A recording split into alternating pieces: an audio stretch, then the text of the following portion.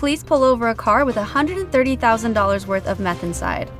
A new secondhand store in St. George, and the Battle of the Boats. You're watching St. George News at 5. Good afternoon, I'm Amy Bennett. A Washington City officer found $130,000 worth of meth during a traffic stop. Police pulled over the SUV after the driver rolled through the stop sign and nearly collided with another car in a roundabout. The driver, Thomas Fu, and passenger Mark Levitt are each facing one second-degree felony count of possession with intent to distribute a controlled substance, and both are being held without bail. A new building at Cedar Breaks National Monument will help visitors stay warm in harsh winter conditions. Here's Stephanie DeGraw with more on the new rest station. This winter, visitors to Cedar Breaks National Monument will have a cozy place to warm up. A new visitor contact station has been built for the Park Service by Cedar City company ZipKit.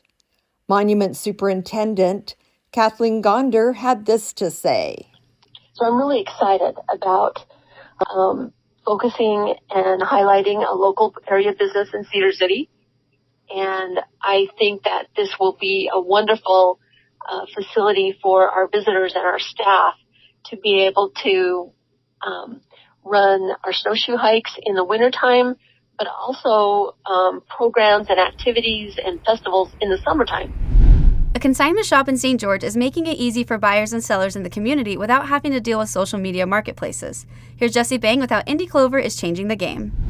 Jesslyn Peary and her daughter Savannah Fuja are co-owners of the consignment store Indie Clover. The store is a franchise started by Peary's son, his wife, and his wife's sister. And the concept behind it is much different than a traditional consignment shop. When you come to set up your booth on Saturday morning, we provide you with a seller bin. You have tags and stickers. We give you the tagging guns, the hangers, everything you need to set up your booth and make it look great.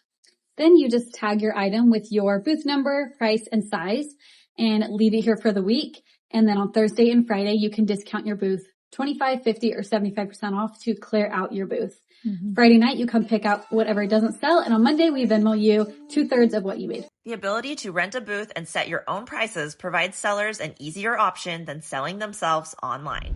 Thanks, Jessie. The students at St. George Elementary went to St. George Regional Airport to meet Santa and his elves. Here's Bridger Palmer with more on the story. In the spirit of giving, volunteer pilots from Angel Flight West Utah took to the skies for their annual Santa Flight mission on December 7th. This year, the chosen school was Sunset Elementary. Students, bubbling with excitement, were bused to St. George Airport, where they joined Santa, Mrs. Claus, and their elves for Christmas carols and gifts. Donations from around the community poured in, including school supplies, books, backpacks, and clothing tailored to Sunset Elementary School's needs. Thanks, Bridger. And now to Cannon with a recap of the past weekend in sports. Thanks, Amy. Utah Tech announced its new head football coach Lance Anderson, who had recently been out on the coaching staff at Stanford University for 16 seasons. This will be Anderson's first head coaching job at the college level, and he said that he is very excited about the opportunity in a press conference last week. SUU basketball played Idaho State on Saturday and came out with an 82-74 victory over the Bengals. The Thunderbirds were led by Parsifalo, who had a career-high 29 points in the win while shooting 13 for 16 from the field, and also snagged himself 7 rebounds. SUU is now 3-6 on the year headed into their game against Northern Arizona, and Region 9 basketball is getting deep into the preseason as Dixie rests at the top with a 5-0 record. Snow Canyon is also undefeated at 3-0, and Desert Hills, Pineview, and Crimson Cliffs are all at 500, sitting at 3-3. Hurricane is 3-4, and Cedar has yet to put a tally in the win column so far this year with 6 losses. Now back to you, Amy. Thanks, Cannon. A physics class at Snow Canyon High School built some interesting boats and competed against each other at the Sand Hollow Aquatic Center. Here's Bridger Palmer with how the races went. Snow Canyon's Sand Hollow Aquatic Center was host to Mrs. Buckles and her physics students as teams of 4 raced their handcrafted boats across the lanes. The catch was that the only materials they were allowed to use were cardboard, duct tape, plastic trash bags, and their brains. The 4 physics classes produced 13 boats. The process of designing and creating them was to teach them about Newton's second law. Some boats sank while others swam. Mrs. Buckles was pleased with the outcome and hopes to continue the tradition next year.